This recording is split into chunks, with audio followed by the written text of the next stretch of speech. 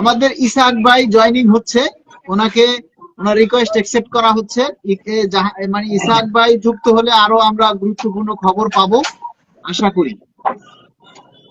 আমার ব্যবসা যদি বন্ধ হয়ে যায় তখন তো আমার কিছু না কিছু দিয়ে ব্যবসা করতে হবে, নাহলে আমি ফ্যামিলি চালামো কেমনে, তাই না? ওয়ার মূলা ব্যস্ত হইবে, নাহলে তরকারি ব্যস্ত হইবে, নাহলে অন্য কিছু নিয়ে ব্যবসা করতে হইবে। এখন হেতে বললা দিচ্ছে আপনার ব্যবসা বন্ধ হয়ে যাবে, আরে হালার ব্যবসা কি কখনো বন্ধ হয়? ব্যবসা তো কত কিছু নিয়েই করা যায়। তো আমাদের যে লিডার ইসাক ভাই যুক্ত হয়েছেন। ইসাক ভাই কি আমাদের কথা শুনতে পাচ্ছেন? আসসালামু আলাইকুম। আসসালামু আলাইকুম। ওয়ালাইকুম আসসালাম। আপনার অপেক্ষায় ছিলাম এতক্ষণ যে আমাদের ভাই এখনো আসে নাই কেন। তো আনোয়ার ভাই বললো যে উনি মনে হয় এখনো ডিউটিতে আছে। ছিলাম, আপনাদের কথা শুনলাম, শোনার পরে শুনতে শুনতে আসলাম। ও আচ্ছা আচ্ছা, আগে আইডিয়া করছেন আমরা কি নিয়ে কথা বলি। না, আন্দাজে ছিলাম, শুনতে শুনতে শুনতে এখন আসতেছিলাম। তো মানে আমরা আমাদের সরকারি কর্মচারীরা চাচ্ছে রেডিমেড সবকিছু তাড়াতাড়ি হয়ে যাক, আজকালের মধ্যে হয়ে যাক। কিন্তু সরকারি একটা জিনিস হতে গেলে যে কতগুলি বিষয় মানে কত কিছু করতে হয় এটা যারা করে তারা জানে। এখন আমরা তো দূর থেকে আসলে আমরা অভাবী, আমাদের বাজার নাই, ঘরে মাসের অর্ধেক গেলেই টাকা থাকে না, তাই আমরা মানে বেদিশা হয়ে যাই কি করব।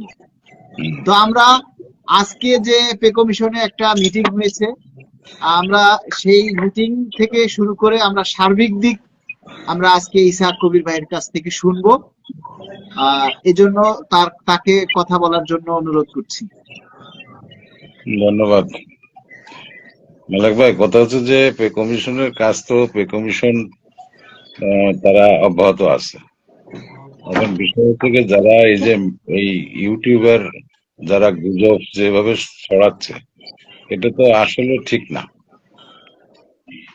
কারণ পে কমিশন স্বাধীনভাবে কাজ করতেছে, তাদেরকে বিভ্রান্তি কথাবার্তা বলে এগুলো নিউজ কে পায়, এগুলো কে দেয়? সরকার তো দেওয়ার জন্যই তো এই বেতন কমিশন তৈরি করছে। সেখানে আপনার ফলোয়ার যেগুলো আছে, আপনাকে ওই দিনকে বলছে, আপনার ফলোয়ারকে বলেন যে পে কমিশনে যে টাইম দেওয়া আছে সে টাইমটা মনে করেন যে 5 না হওয়া পর্যন্ত মন্তব্য করে কি করে। তারপরও শর্ট টাইমের ভিতরে যে পে কমিশনের যে যারা সংযুক্ত আছেন তারা অক্লান্ত পরিশ্রম করে তারা কাজ চালিয়ে যাচ্ছেন। আশা করা যায় যে কিছু একটা ভালো হয়তো করার জন্য আমাদের মাননীয় প্রধান উপদেষ্টা নির্দেশ ক্রমে তারা কাজ করে যাচ্ছেন। এখানে কান কথা না শুনে আমার মনে হয় যে সরকার কি করে আমাদেরকে, এটা আমাদের দেখার বিষয়। সরকার প্রধান যে আছেন মাননীয় প্রধান উপদেষ্টা, উনি বিচক্ষণ লোক, আমাদের জন্য অবশ্যই কিছু একটা করবে। শুধু আমাদের চিন্তাই করি, আমরা কি একটা বার চিন্তা করি যে যারা আজকে রিটায়ার্ড চলে গেছেন, আজ ধরেন 10 বছর, 15 বছর, 20 বছর রিটায়ার্ড যারা গেছেন, তাদেরকে আপনি আমি আমরা তো রিটায়ার্ডে যাব, তা আমরা কি বেনিফিটটা পাইতে পারি? সে বিষয়ে তো কোনো কথা কেউ বলে না। যারা সরকারি চাকরিজীবী, যারা এলপিআর এ গেছেন, তাদেরও তো চাওয়া পাওয়ার কিছু আছে নাকি? সরকার তো একেবারে বিদায় করে দেয় নাই। তাহলে তাদের জন্য যদি 1 টাকাও যদি বেতন বাড়ে, তারাও এটা পাওয়ার আশা করে। তার ভিতরে মনে করেন আমাদের মিনিস্ট্রির ভিতরে যারা এলপিআর এ গেছেন আজ 10 বছর, 5 বছর, 15 বছর, 20 বছর, তো তারাও তো প্রত্যাশায় আছে যে আমরাও পে স্কেল পরিবর্তন পাই, বেতন বৃদ্ধি হইলে তো তারাও তো বেনিফিট পাবে। খালি আমরা যারা এখন চাকরিজীবীতে আছি তারা সকলেই চায় যে আসলে বাজার বাজার দ্রব্যমূল্য যে ঊর্ধ্বগতি, এটা তো সর্বোচ্চরে সকলেই জানে। একজন রিক্সাওয়ালা যে প্রতিদিন ধরেন তার যে ইনকাম আগে হইতো কিংবা এখন যে বাজার দাম, সেই অনুপাতে হচ্ছে না, সেই অনুপাতে হচ্ছে না। জি। সে অনুপাতে হচ্ছে না বিধায় তো এটা মনে করুন যে আমরা বলতে যাচ্ছি, কারণ কিসের জন্য? আমি কিন্তু অন্য মোবাইল দিয়ে দেখছি। আচ্ছা, তো এটা মনে করেন যে আমাদের বেতনের বাড়তি সবারই প্রয়োজন, সবারই প্রয়োজন। তো আমরাই সাথে পে স্কেলের কথা বলি, আর কেউ বলবে না, এটা কেমনে হয়? আপনার দুঃখের কথা এই যে আমাদের আনোয়ারের যে যে 13তম গ্রেডে যে আছে, আমি তাকে একাধিকবার ঊর্ধ্বতম কর্মকর্তা আমাদের যে অভিভাবকরা আছে তাদের কাছে আমরা গিয়েছি, তাদের ব্যবস্থা হয়েছি যে আমাদের কি করা যায়, আমাদের এই বিষয় নিয়ে কি করা যায়। তবে সেটা কি হয়েছে, সেটা আমাদের কর্তৃপক্ষ আশ্বাসিত দিয়ে রাখছে যে না, আমরা এটা অবশ্যই কিছু একটা প্রতিফল পাবো, সেটা সেই আশায় আছে, সবাই আছে। আপনি যে চাচ্ছেন সরকারের প্রতি একটা আপনি আলটিমেটাম দিবেন, সরকার তো আর না করে নাই, আমাদের কি দিবেন? স্কুলের লোকই মনে করেন যে এখন এই পে স্কেলের যারা রিটায়ার্ড হয়ে গেছে, যারা আগামী প্রজন্মে যারা চাকরি নতুন আসতেছে তাদেরও প্রয়োজন যে অল্প যে বেতনে একটা যে 8,250 টাকা যদি তার ইয়ে হয়, বেসিক হয়, তাহলে মনে করেন যে তার বেতন 17-18 হাজার টাকা হয়। 9,300 টাকা হইলে পরে 17-18 হাজার টাকার উপরে যায় না। তাহলে তার এই বাজার দ্রব্যমূল্য বৃদ্ধিতে অবশ্যই তার তো প্রয়োজন আছে। এবং যারা রিটায়ার্ড আমাদের ঊর্ধ্বতম কর্মকর্তারা যারা বসে আছেন তাদের এই বাজারে তারা বা কত পাচ্ছেন? একজন রিটায়ার্ড পার্সন ফুল সচিব যদি যেয়ে থাকে তাহলে আমার মনে হয় তারা হয়তো 30-35 হাজার টাকা হয়তো পায়, 40 হাজার টাকা পায়, এর ঊর্ধ্বে পায় না। তো সমস্যা সবারই আছে, আমাদের ধৈর্য ধরতে হবে, সরকারের প্রতি আস্থা রাখতে হবে যে যদি বেতন আমাদেরকে পে স্কেল যদি না দিত তাহলে প্রধান উপদেষ্টা, অর্থ উপদেষ্টা এনারা কখনো এই উদ্যোগটা নিত না। এটা করে আমাকে মহার্ঘ ভাতা টাতা দিয়ে এটা দিয়ে মনে সান্ত্বনা করে রেখে দিত। উদ্যোগ তো নিচ্ছে, আমাদেরকে এভাবে রাখতে হবে। আর আপনার ফলোয়ার যারা আছে, যারা এইসব বিভ্রান্তি কথাবার্তা বলে, তারপরে বর্তমান যে ইউটিউবের যারা চ্যানেলে যেসব ভাওতা, আমি সবসময় বলি যারা ভাওতা রিপোর্ট দেয় তাদেরকে শাস্তিমূলক ব্যবস্থা করা উচিত। সঠিক তথ্য না দিয়ে এটা বিভ্রান্তি করা তো এটা ঠিক না। আপনার যেটা প্রয়োজন, আপনি 11 গ্রেড থেকে আপনি 9ম গ্রেডে যাবেন, আপনার কথা আপনি বলতে পারেন। আমরা সংগঠন করি, সব সব স্তরের সংগঠন আছে। আপনি উপরে দেখেন সচিব মহোদয়কে দেখেন, আপনি প্রমোটিভ অফিসারদের দেখেন, প্রত্যেকেরই জেনারেশনের মনে করেন সংগঠন একটা আছে। তো আমাদের মতন তো এরকম চাওয়া পাওয়ার মতো কথা, আপনি যেভাবে ইউটিউবে আসে আপনি মনে করেন যে ফেসবুকে আসে আপনি বলতেছেন, আমার বলতেছেন, তাহলে এই 13তম গ্রেডে যারা আছে তারা কেন কথা বলে না, তাদের চাওয়াটা কেন বলে না? তবে আমি একটা সবারই প্রতি একটা রিকোয়েস্ট করব যে সেটা হচ্ছে কি, আমরা সরকারি কর্মচারী, আমাদের শৃঙ্খলা তাদের প্রতি নজর রেখে আমাদেরকে কথা বলা উচিত।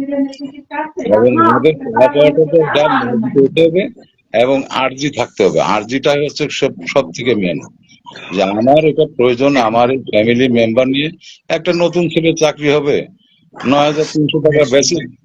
এই 9,300 টাকা বেসিক তার মা বাবা, তার ওয়াইফ, তার ছেলে, এটা তো এমনি বোঝা যায় যে 30-35-40 হাজার টাকা না হলে এই বাজারে চলতে পারে না।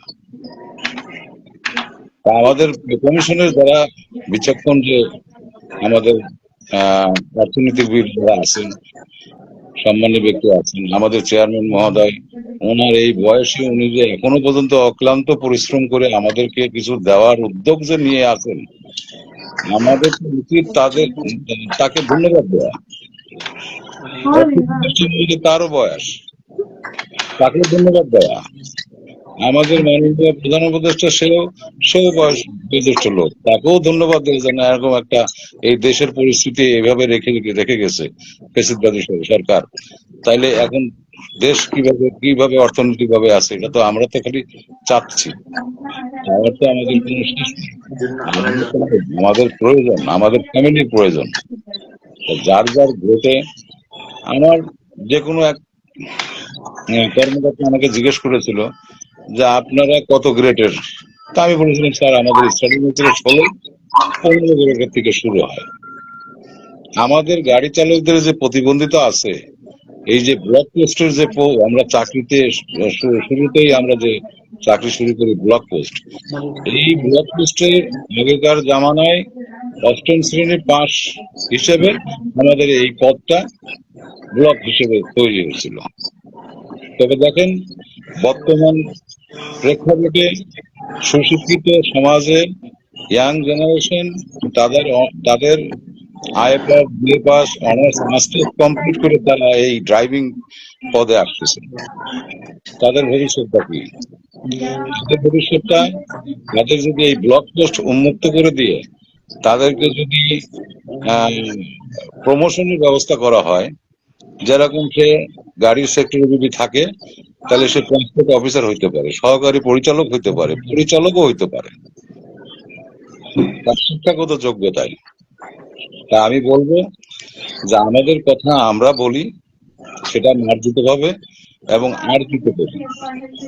আমাদের সরকারের প্রতি আর্জি থাকবে যে আমাদের যেটা বাজার দ্রব্যমূল্য যেটা আছে, সরকারও সেটা চিন্তা ভাবনা করে আমাদেরকে সে আশ্বাসিত করে বেতন কমিশন তারা তৈরি করে দিচ্ছে। এখন রিপোর্টটা দিবে, এই রিপোর্টটা দিলে পরে হয়তো দেখা যাচ্ছে তখন দেওয়ার অর্থ উপদেষ্টা মহোদয় অথবা প্রধান উপদেষ্টার কাছে পরামর্শ নিয়ে।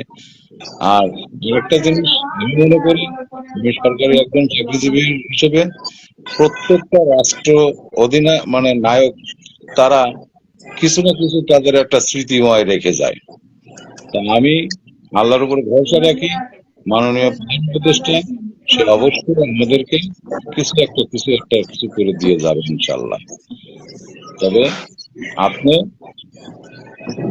মাধ্যমে সবাইকে একটু জানিয়ে দেন যে ভুলভ্রান্তি কথাবার্তা না, বিতর্ক না করে না না আমাদের আপনি দেখবেন যে ইসাক ভাই, আমাদের যে জাতীয় পত্রিকাগুলো, বিশেষ করে RTV, যুগান্তর, সময় নিউজ, কালের কণ্ঠ, এই যে পত্রিকাগুলো, এই পত্রিকাগুলোতেও এই মানে আন্দাজে নিউজগুলি প্রচার করে।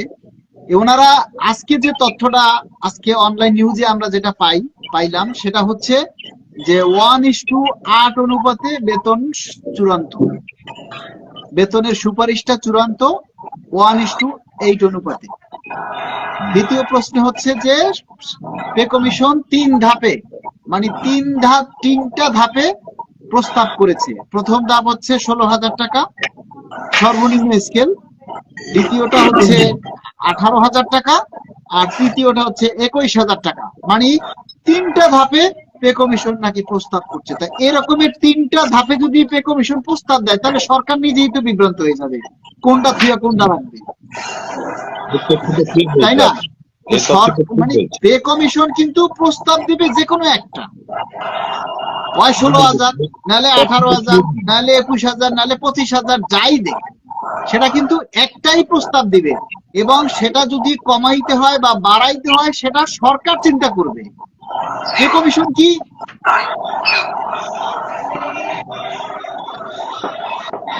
কমিশন কি এভাবে বিচ্ছিন্ন প্রস্তাব দিবে আপনার মনে হয়?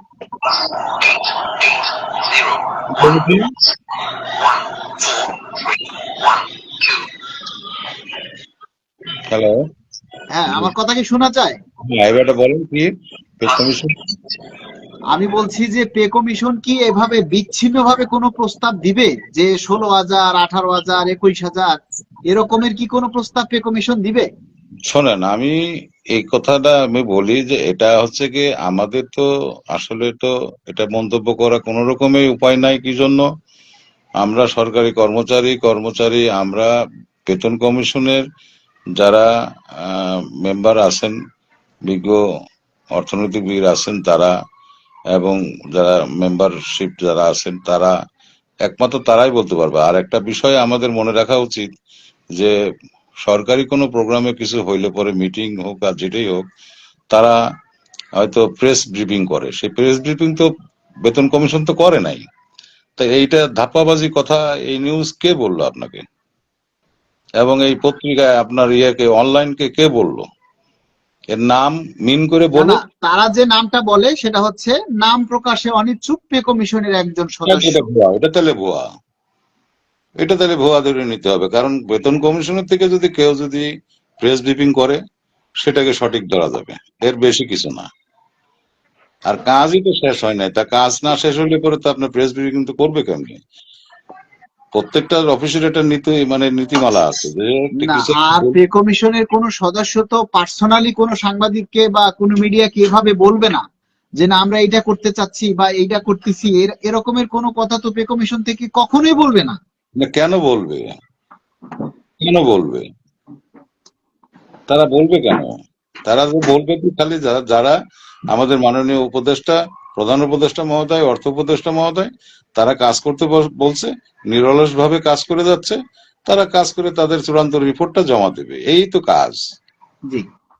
তো তাইলে এটা তো আমাদের ঘাবড়ানো কোনো ইয়া নাই, তবে আত্মবিশ্বাসটা থাকতে হবে যে না, মাননীয় উপদেষ্টা। আমরা আমরা আমরা যখন এই পে কমিশনটা গঠন হয় তখন পে কমিশনের উপরে আমাদের সম্পূর্ণ আস্থা রয়েছে, পে কমিশনের উপরে আমাদের ভরসা আছে, ইভেন সরকারের উপরেও আমাদের এই মুহূর্তে আস্থা রয়েছে। কেননা আমরা আশা করি যে সরকার পে স্কেল দেবেন বলেই পে কমিশন গঠন করেছে, নাহলে অন্তর্বর্তী সরকারের কোনো দরকারই ছিল না পে কমিশন গঠন করা। যেহেতু তারা পে কমিশন গঠন করেছে, সঠিক। নিশ্চয়ই তারা পে স্কেল দিয়ে যাবেন, এবং সর্বশেষ সময় পর্যন্ত আমাদের অপেক্ষা করতে হবে। অবশ্যই। এর আগে কিন্তু আমরা বলতে পারি না যে সরকার পে স্কেল দিবে না। ঠিক। সরকার নির্বাচনের একদিন বা 2 দিন আগেও গেজেট প্রকাশের ক্ষমতা রাখে। রাখে, রাইট। নির্বাচনের 2 দিন, 3 দিন বা 4-5 দিন বা 1 সপ্তাহ আগেও বা যে কোনো সময়। মোট কথা হচ্ছে একটা সরকার আরেকটা সরকারকে দায়িত্বভার হস্তান্তর করার আগ পর্যন্ত এখনকার সরকারই সর্বময় ক্ষমতার অধিকারী। তারা যে কোনো সময় পার্লামেন্টে সভা ডাকতে পারে, ক্যাবিনেট সভা ডাকতে পারে। এই কথাটা কিন্তু অনেক পূর্বেও আলোচনা হয়েছিল, যে একজন উপদেষ্টা বলেছিলেন যে ক্যাবিনেট সভা বন্ধ হয়ে গেছে, আর কোনো ক্যাবিনেট সভা হবে না। তখন কিন্তু সরকারের পক্ষ থেকেই এই বিবৃতিটা দেওয়া হয়েছে যে ক্ষমতা আরেক সরকারের কাছে, মানে নির্বাচিত সরকারের কাছে বা পরবর্তী সরকারের কাছে হস্তান্তর করার আগ পর্যন্ত এই সরকার সর্বময় ক্ষমতার অধিকারী, এবং এই সরকার যে কোনো সময় ক্যাবিনেট সভা ডাকতে পারে, সেই ক্ষমতা এই সরকারের রয়েছে। তাই আমরা এই সরকারের উপরে নির্বাচনের আগের দিন পর্যন্ত আমরা আশা রাখি, ভরসা রাখি যে তারা পে স্কেলের গেজেট প্রকাশ করে যাবেন। এখন আমাদের কথা হচ্ছে যে আমাদের দাবিটা কি। আমাদের দাবিটা আমরা বিভিন্ন সংগঠনের মাধ্যমে যে আমরা দাবিটা করেছিলাম সেটা হচ্ছে 1:4 অনুপাতে আমরা গ্রেড সংখ্যা 12টা চেয়েছি, এবং সর্বনিম্ন স্কেল 35,000 টাকা চেয়েছিলাম। এবং এই 35,000 টাকা চাওয়ার পিছনে যুক্তিকতা হচ্ছে যে আমাদের দীর্ঘ 10টা বছর অতিবাহিত হয়েছে, এই 10 বছরের মধ্যে আমরা 2টা পে স্কেল পেতাম, সেই 2টা পে স্কেলকে সমন্বয় করে আমরা 35,000 টাকা চেয়েছি। এবং এই 10 বছরে প্রত্যেকটা দ্রব্যের মূল্যের দাম অনেক গুণ বৃদ্ধি পেয়েছে, যেটা আসলে বলার কিছু না। সেটা সরকারের নজরেও আছে, নীতি নির্ধারক যা বলেন, যারা বলেন, সবারই নজরে আছে। এখন বিষয়টা হচ্ছে আমরা এই দাবিগুলি নিয়ে আমরা এখন কে কতটুকু কথা বলি। আমরা সবাই বলি গেজেট চাই। এখনো আপনারা অনেকেই কমেন্ট করেছেন যে পে স্কেলের খবর নাই, আপনারা গ্রেড নিয়ে আলোচনা করেন। আরে ভাই, আপনাকে পে স্কেল দিল কিন্তু আপনার গ্রেড কমাইলো না, তাহলে আপনার কি লাভ হবে? আপনাকে পে স্কেল দিল, আপনার তেমন বাড়লো না, তাহলে আপনার কি লাভ হবে? আপনাকে পে স্কেল দিল, আপনার ব্লক পোস্ট ছুটলো না, ব্লক পোস্টই রয়ে গেল, তাহলে আপনার কি লাভ হবে? মালিক ভাই, মালিক ভাই, হ্যাঁ। একটা কথা আপনি আপনার মাধ্যমে আমি বলি। আজ পর্যন্ত অনেকে জানে না, ওই আমাদের এই যে আনোয়ার যে কথাটা বলছে, এই কথা সত্য কথা, যে আমি একজন অফিসারকে বলেছিলাম, আনোয়ার সেখানে ছিল, যে স্যার হ্যাঁ প্রতি মাসে একটা ব্যক্তি যদি তার বেতন থেকে যদি প্রতি মাসে 5,000 6,000 টাকা যদি কম পায়, তাহলে বছরে কত টাকা আসে, এবং তার এলপিআর এ যাওয়ার সময় সে এলপিআর এ যখন যাবে তখন সে কত টাকা ক্ষতিগ্রস্ত হবে। তাহলে ব্যথা তো তারই। আজকে যারা বলতেছে যে এই বেতনে আমাদের হয় না, আরে বাবা, হয় না এটা তো যারা বেতন কমিশনে কাজ করতেছে তারা তো বিশ্লেষণ করতেছে যে আসলে এই বেতনে কি হয় কিনা। আসলে তো হয় না। বাজার দ্রব্যমূল্যের যে ঊর্ধ্বগতি, সেটার জন্য এই বেতনে হয় না। তবে আরেকটা কথা দিদি, সেটা হচ্ছে কি যে বিগত সরকারে, ফ্যাসিবাদী সরকারে যখন আমাদের সরকারি কর্মকর্তা কর্মচারীর উপরে বোল্ট রুডার চালায় যে স্তব্ধ করে রাখছিল, তখন তো এই পে স্কেল চাই, পে স্কেল চাই, এগুলো তো সচিবালয়ের ভিতরে কিংবা বাইরের কারো কোনো স্লোগান তো এরকম আসে নাই। এখন না অন্তর্বর্তী সরকারের প্রতি এত কেন, এত মন্তব্য কেন? যদি এভাবে যদি বলি, তাহলে হয়তো বলবে যে যে হয়তো সরকারের পক্ষ নিল। অবশ্যই সরকারের, যখন যে সরকার আসবে তার পক্ষ থাকতে হবে আমাদেরকে। অবশ্যই তাদের মর্জি থাকলে পরে আমাদের যে ন্যায্য দাবিটা তাদের কাছে আর্জি হিসেবে আমরা পেশ করতে পারি, যে আমাদেরকে এই, আমরা ফ্যামিলি নিয়ে এই অভাবগ্রস্ততা আছি, আমাদেরকে একটু পরিবর্তন আনেন। সেই জি পরিবর্তন আনতেই তো বেতন কমিশন তৈরি করছে। আমি তাই সবাইকে বলবো যে আপনারা ধৈর্য ধরেন। বেতন কমিশনের এত শর্ট টাইমের ভিতরে তারা রিপোর্ট দিয়ে, অবশ্যই তারা দিবে, এবং দেওয়ার পরে মাননীয় প্রধান উপদেষ্টা মহোদয়, ওনার প্রতি আমাদের সরকারি কর্মকর্তা কর্মচারীরাও আস্থা আছে যে সে আমাদের অবশ্যই কিছু একটা দিবে। তার দেওয়ার সদিচ্ছা আছে বিধায় সে এই কমিটি তৈরি করছে। ধন্যবাদ মালিক ভাই। এটাই হলো আমি, সবচেয়ে বড় কথা জি যে পে কমিশন যখন 15% বিশেষ ভাতা ঘোষণা করে, তো জি 15% বিশেষ ভাতা ঘোষণা করার 15 দিনের মাথায় আবার পে কমিশন গঠন করে, তাহলে সরকারের কি এত ঠেকা পড়ছে যে 15% বিশেষ ভাতা ঘোষণা করে আবার পে কমিশন ঘোষণা করবে? এই আরেকটা কথা আপনাকে বলি, আপনার যে ফলোয়ার গুলো আছে, আচ্ছা তাদের কি একটু কি মনে কি, এই যে অভাষার যে কথাপত্র গুলো তারা লেখে, তারা বলে এই যে আপনি ভিউ অমুক তমুক, আরে বেটা, তাহলে আপনারটা আপনার ফেসবুক আইডি থেকে আপনি বলেন না কেন? আপনার পিছনে সরকারি কর্মচারীরা আপনার কথা বলবে, আর বলারও স্কোপ কি, আপনি বলবেন কি? সবারই তো একই দাবি, সচিব থেকে শুরু করে নিচের পর্যন্ত, একদম ঝাড়ুদার পর্যন্ত সবারই একই দাবি তো। না, আমরা তো সবাইকে এখন বলি যে এখন আমরা নির্বাচন কমিশনের অধীনে আমরা আছি, সরকারি চাকরিজীবীরা এখন নির্বাচন কমিশনের অধীনে আছে। হুম। যখন একটা দেশে তফসিল ঘোষণা হয় তখন কিন্তু রাজপথে আন্দোলন করা যায় না, না, প্রশ্ন আন্দোলন করার সুযোগ নেই। কিন্তু এই না, সময় আমরা যে এই সোশ্যাল মিডিয়ায় কথা বলছি, আমাদের দাবি কথাগুলি তুলে ধরছি, এটাই কিন্তু অনেক বেশি। অনেক এবং বেশি। আপনি দাবিগুলি যদি সারা বাংলাদেশের 15 লক্ষ মানুষ যদি একযোগে সবাই তার যা নিজের আইডিতে দাবি তোলে, তাহলে কিন্তু ফেসবুকে অন্য কিছু দেখা যাবে না, খালি পেজ গেলির খবরই দেখা যাবে। এই কথাটা কিন্তু গত কয়েক পরশু দিনকে আনোয়ার ভাই বলছে যে দেশের 15 লক্ষ সরকারি কর্মচারী সবাই ফেসবুক চালায়। হুম তো প্রত্যেকে যদি নিজের দাবির কথাটা ফেসবুকে তুলে ধরে, হুম। তাহলে কিন্তু ফেসবুকে অন্য নিউজ ঢোকার জায়গাই পাবে না, ফেসবুকে খালি পে স্কেলের খবরই দেখা যাবে। কিন্তু এই কাজটা কেউ করে না, আমাদের এই আনোয়ার তো কাজটা কেউ বলে করে না। বলে, আমাদের আনোয়ার বলে বলে ও হাফেজ হয়ে গেছে এসব। এখন ওই দেখেন, ওই ফেজের দিক তাকায় দেখবেন, সে এমনি ফেজে কিন্তু সে বুড়ো হয়ে গেছে। পে স্কেলটা বলতে তো দরকারই নাই, কারণ কিসের জন্য, বুড়া মানুষের দিয়ে কি হবে? না না, আপনার আনোয়ার ভাই যে হিসাবটা দিছে, আমি হ্যাঁ, তো ঠিক ভাই আছে। আমার মাথা নষ্ট হয়ে গেছে, এরকম তো আমি আসলে হিসাব করি না এখনো। আমি তো লাইভ কনফার্মেশন শেষ কিন্তু করে ওষুধ আমি পাবে। এই প্রকৃত হিসাবটা আমি ধরবো যে হুম। আমি এখন বর্তমানে মানিক নবম ভাই, আমি গ্রেডে একটু আছি, কাজ শেষে আমার আমার 2টা টাইম স্কেল পাওয়ার উপদেষ্টা কথা। মহোদয়ের প্রিয় ফোন দিয়েছে, রিসিভ করে পরে ঢুকতেছি আবার। আচ্ছা, আপনি কথা বলেন। জি। সে এই বিষয়টা আমরা আসলেই, আমরা সংগঠন করি, এটা ঠিক আছে। আমাদের মতন জাহেরি সংগঠন আর পৃথিবীতে আমার মনে হয় কোথাও নাই। সংগঠন জি আর অফিসারদের আছে তো কই, তাদের কোনো টু শব্দ আছে? তারাও তো পে স্কেল চায়, চায় না? জি ডিফেন্সের যারা লোক আছে তারা কি চায় না? সেনাবাহিনী চায় না, নৌবাহিনী চায় না, বিমান বাহিনী চায় না, আনসার বিডিপি চায় না, বিজিবি চায় না, পুলিশ ডিপার্টমেন্টে চায় না? সবাই চায়, সবারই প্রয়োজন। কেউ চায় না যে অসৎ জীবনযাপন করুক। সৎভাবে জীবনযাপন করার জন্য আমার মনে হয়, মনে করেন যে 90% না হলেও 85% লোক সৎভাবে জীবনযাপন করার চেষ্টা করে। জি আর ওই 15% যারা ওই 2 নম্বরে জিনিস আছে, তারা ওইটার উপরে ডিপেন্ড করে যে হলেও চলবে, না হলেও চলবে। হ্যাঁ, তবে একটা জিনিস কি, সরকারি চাকরিতে ঢোকার সময় যে পুলিশ ভেরিফিকেশনটা হয়, এই হুম। পুলিশ ভেরিফিকেশনের ভিতরে যদি তাকে যদি ওই তার সম্পত্তি কি আছে না আছে যদি এগুলো যদি যদি রেজিস্ট্রেশন করা হয়, তাইলে মনে করেন যে ওইটার যদি পাই টু পাই যে তার চাকরিতে ঢোকার সময় কি ছিল এবং এত বছর চাকরি হয় এই গ্রেডের চাকরি করে তার এত আধিপত্য কোত্থেকে আসলো, তাইলে ওই 15% অসৎ লোক তাহলে সৎ হয়ে যেত।